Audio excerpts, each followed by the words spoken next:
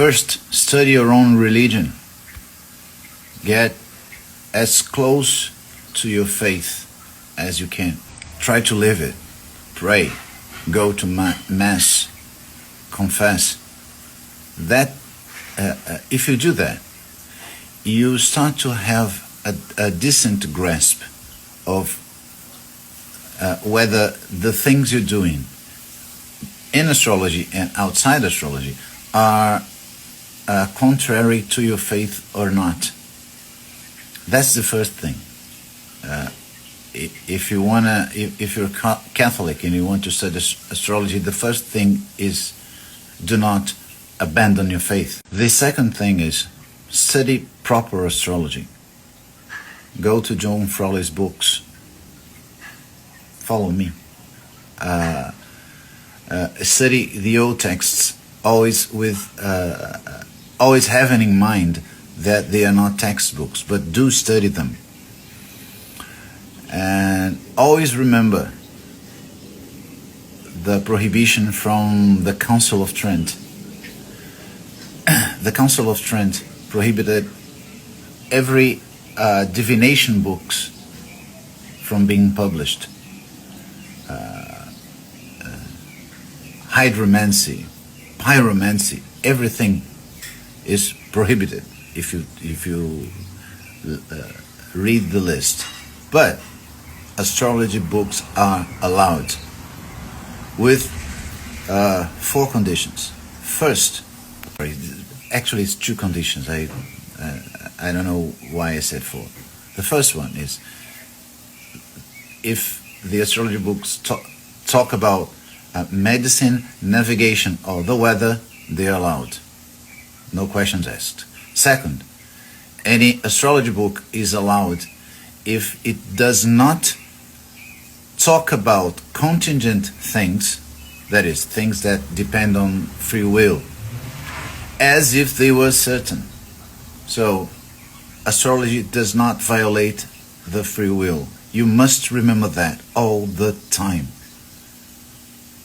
You can talk about contingent things, but not as if they were certain.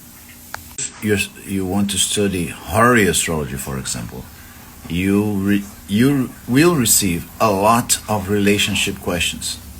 And relationship questions, they are technically not very difficult. There are many other areas in which the charts are usually more difficult. The relationship questions are not very difficult. And your judgment, even if for simplicity's sake, you tell the client your judgment as this, that, and the other will happen. You have to know within yourself, and you have to make the client know that you are talking about intentions, about inclinations. That's what you both are inclined to do. And in the vast majority of cases, these inclinations will turn out to be what happens. But either of them, both the person asking the question and the person about whom the question is being asked, can't always decide and do things they are not in their inclinations, because they are humans, they are people, they have free will, and this is very important. You might look at a chart and say, these 2 people are getting divorced. But you have to remember that they can choose not to. A human being always can choose the opposite of their own inclinations. When you're talking about crowds, about a large number of people, this, in practice, this thing gets way less important, because crowds, by definition, move like they don't have free will, but each individual does, in fact. Even if you can, like the elections, you don't have to think, oh man, if all these people use their free will, my predictions are false. In practice, no. Might happen, but it is unlikely. Why? It's not that people don't have free will and people cannot choose differently from their inclinations, but because of a statistical thing.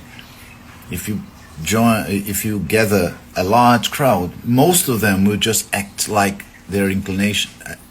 according to their inclinations, to what is compelling them to act beneath the free will. So this is the most important thing.